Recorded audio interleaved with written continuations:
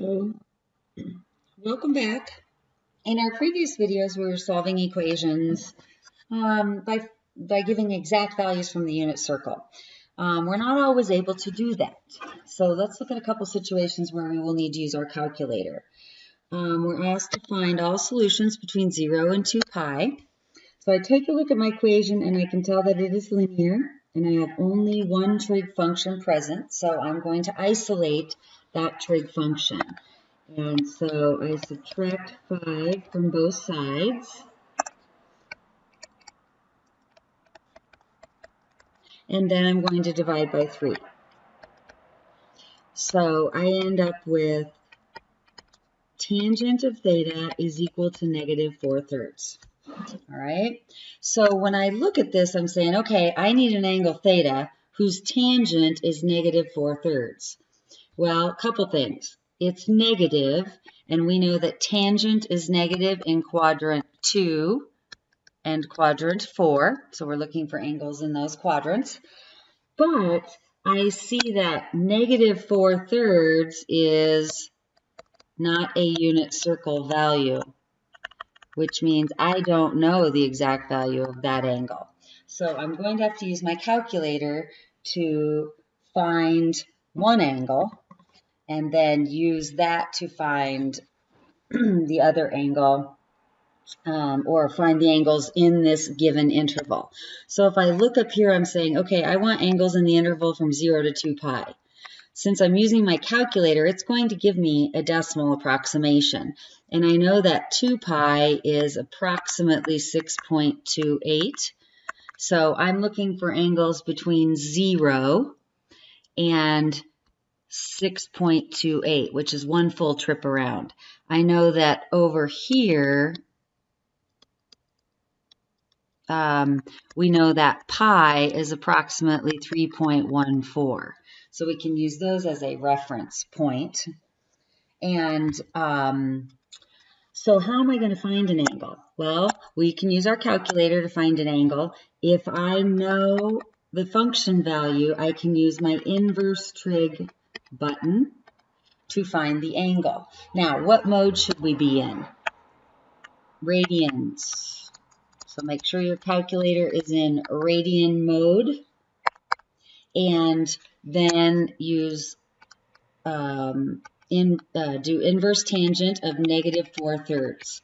Now we talked about this inverse tangent function, one input, one output. If I am inputting an angle that's negative, we are going to get a negative angle in quadrant 4. So when I put that in my calculator, I get, let's see here, -0.92729, etc. Okay, and notice it's negative. So that angle that my calculator gave me is somewhere over here. Not drawn to scale, I'm sure. Okay, so this angle here is -0.927. Okay, now, is that a solution to my equation? Is this angle between 0 and 6.28? No, because it's negative.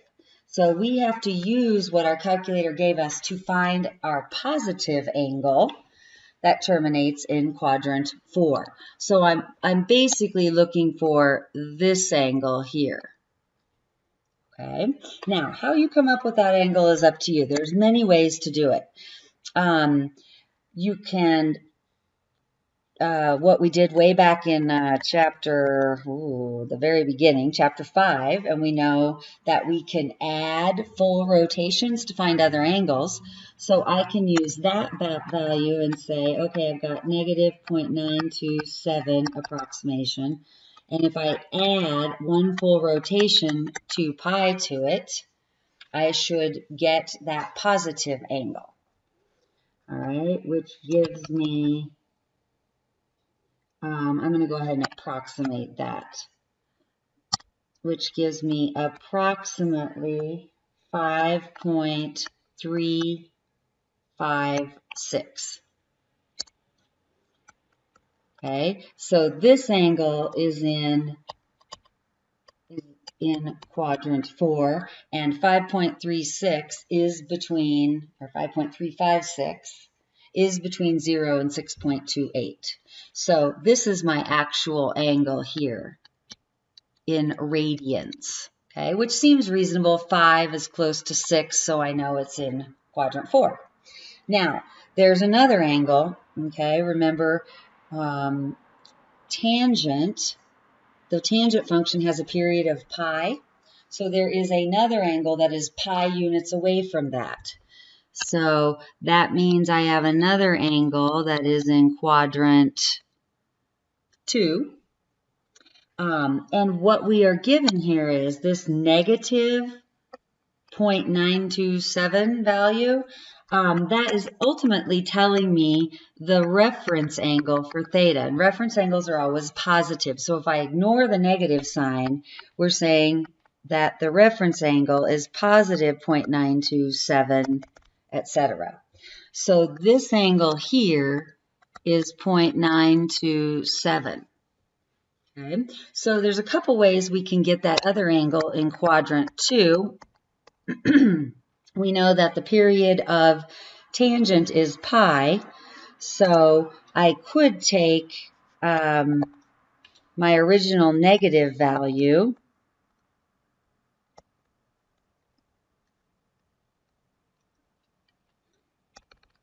and add pi, because that would get me from here, adding pi, let me see here, adding pi would get me back around to here. Okay, so we can think of it that way. So that would give me theta is, approximately 2.214. So that's our other angle in quadrant 2. Okay. You could also think of it as, okay, if you want to think reference angle, you could look at it this way. You could say, oh, in quadrant 2, I'm 0.927 before pi. So you could look at it this way as well and subtract the reference angle, which is kind of like what we did. It's pretty much what we did back in chapter 5 when we learned about reference angles. It'll give you the same value. All right, so those are my two solutions in the interval from 0 to 6.28. If I wanted all solutions, then actually this expression here, if I just added an n, that would give me all solutions to this equation, or I could choose either one of these angles and add, oh wait, I'm sorry, that's not right. Actually, what we would need to do is add just pi, because that's the period. So let me write that down here. The period of tangent is pi. So if I want all solutions, all I need is one angle. So I could use that calculator value, 0.927, and add multiples of pi, because notice that my two solutions are pi units apart, because that is the period of tangent. So this looks better if we were giving all solutions. All right, let's look at another equation that's quadratic. All right, and we've talked about these. The quadratic equations we were solving were mostly done by factoring. Now, when I look at this equation and I say, okay, I see I only have one trig function, okay, and the idea was, but I have more than one term, so I have to somehow isolate it. Sometimes we're tempted, because the left-hand side is already factored, sometimes we're tempted to say, oh, okay, I can just set each factor equal to 1.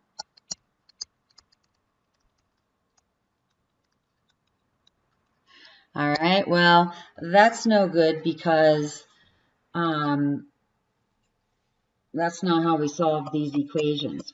We've got two things multiplying to be 1. It doesn't mean necessarily that one of them is 1, because if this one is 1 and this one is 5, that's not going to give you 1.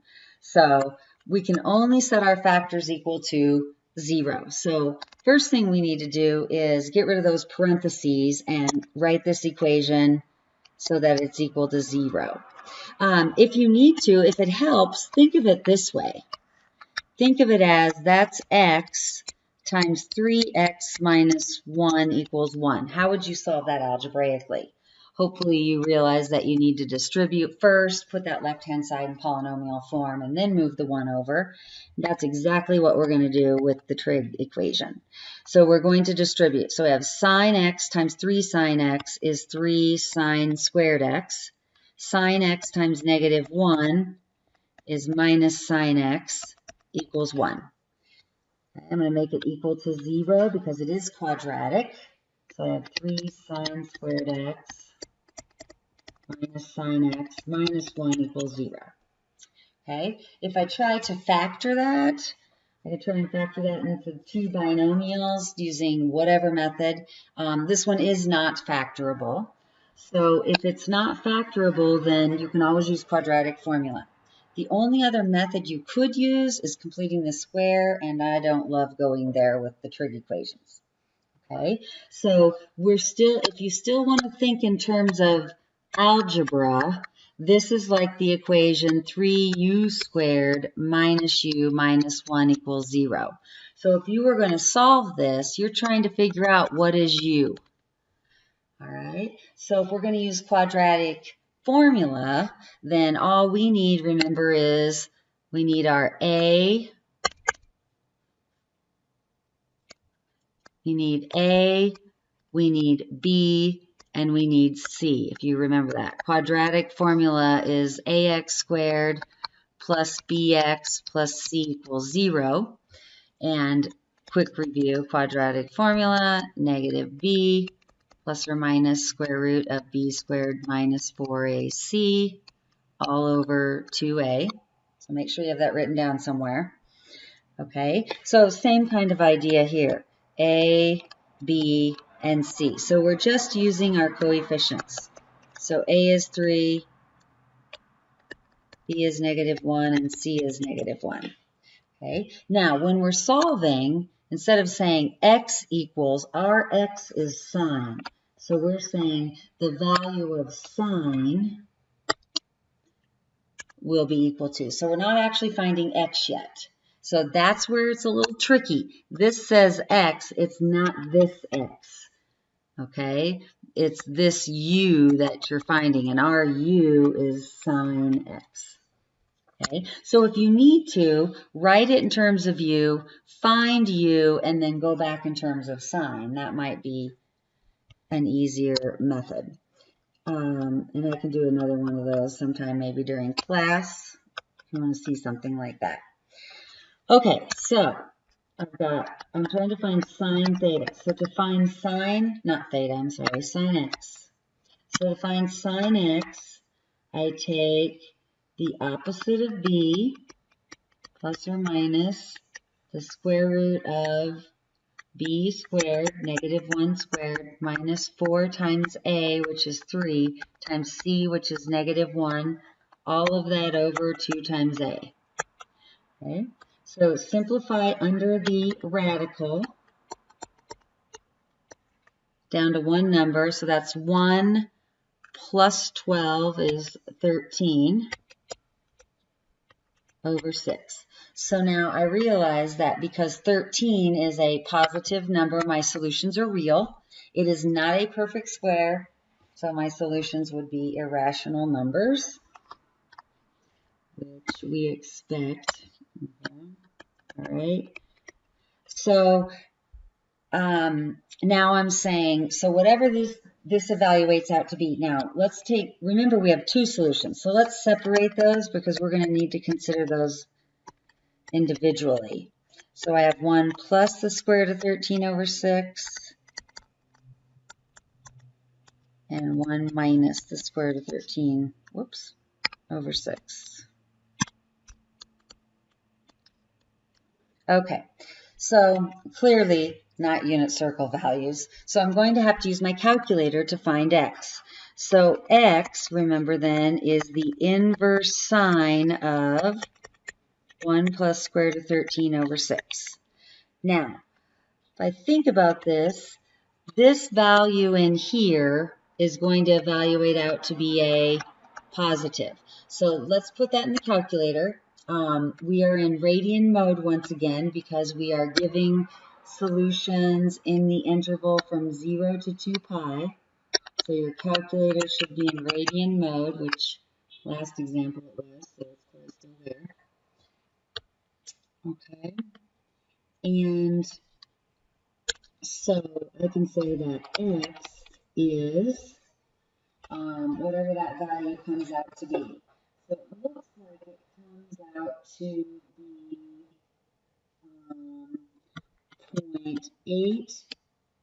0.87507, etc., which is positive.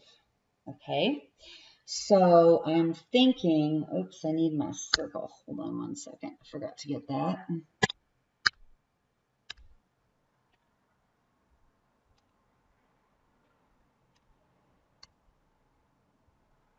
think that will be helpful.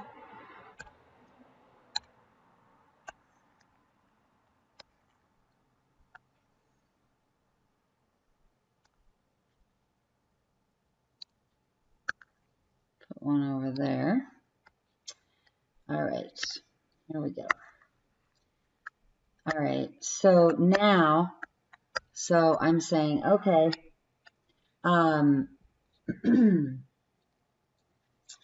I know that this angle is in quadrant, I think it's in quadrant 1. Let's think about that for a second. This value is positive.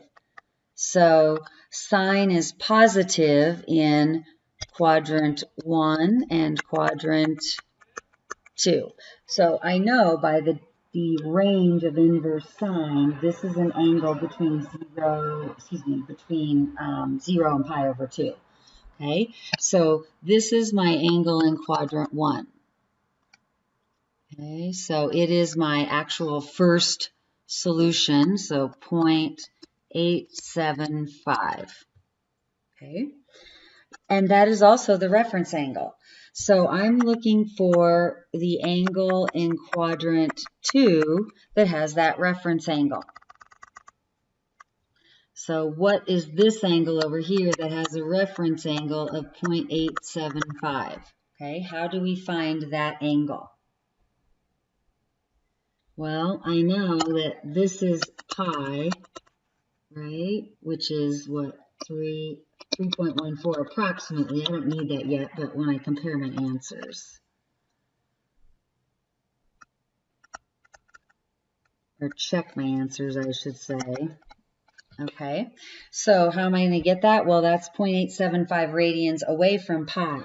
So my other solution then I could say is pi minus 0.87507. Just keep that on your calculator, and then we can round. So this one rounds to be 0.875 if we're going to 3 decimal places. So this is one solution in quadrant 1. And this is my other solution in quadrant 2, which comes out to be approximately 2.267, I believe. Hopefully I rounded that right. Okay, so there's 2 solutions. All right, so now we have to do that similar procedure with our other value. So because of space, here's what I'm going to do. Whoops, I'm going to move this down.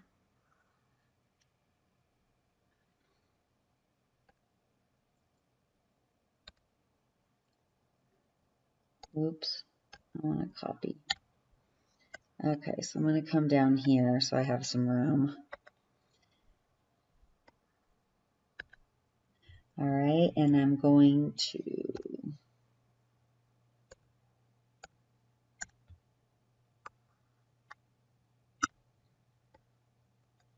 okay. All right, so now what's going on here? So I'm saying now I need to find these angles. X is an angle whose sine is this value. So how do we find X? We use our inverse sine.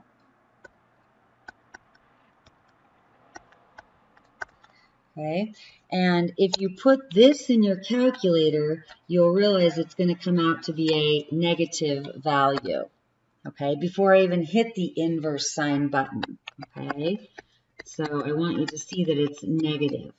I don't want you to use a rounded value, so you'll want to keep it on your calculator, but this is 0.4444921, etc. Okay, so by definition, when inverse sine is negative, we're going to get a negative angle between 0 and negative pi over 2.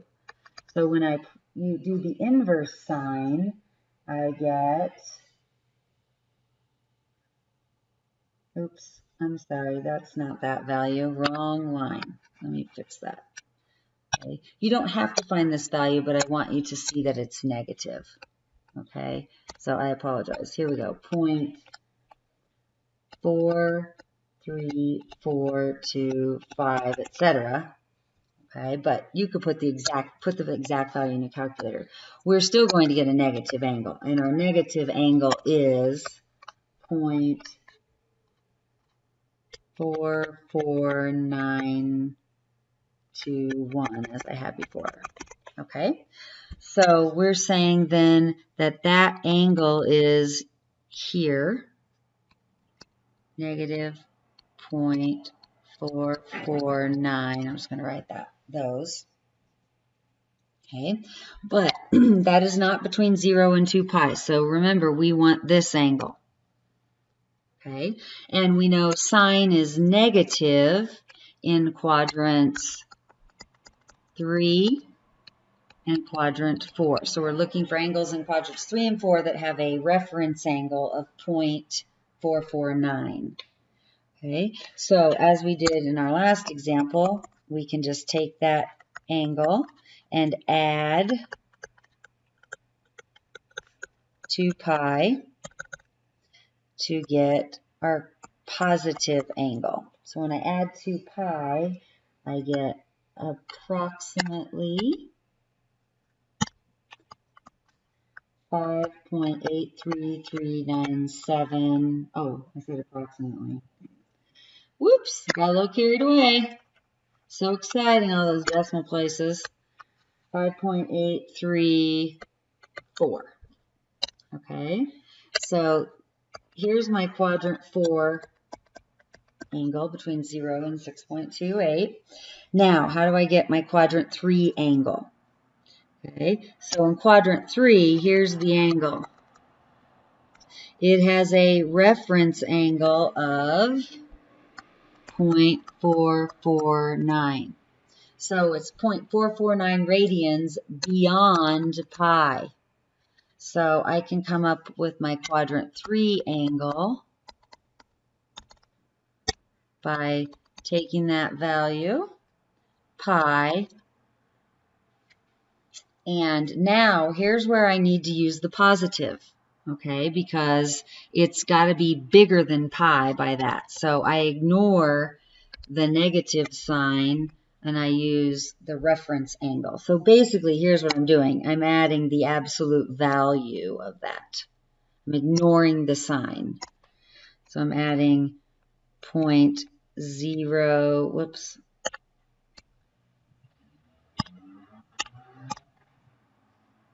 Geez Louise, 44921, because I want something bigger than pi. So I'm adding 3.14 to that. So I should come up with approximately, again, 3.591. So I technically have 4 solutions to this equation. So I'm going to write these on the picture. And then the other one here is 3.591. Okay, so you have to be careful. Your calculator doesn't always give you the angles that you want. It'll give you a solution, but it won't give you necessarily the angles that you want between 0 and 2 pi. Fun times. Hope that helps. See you next time.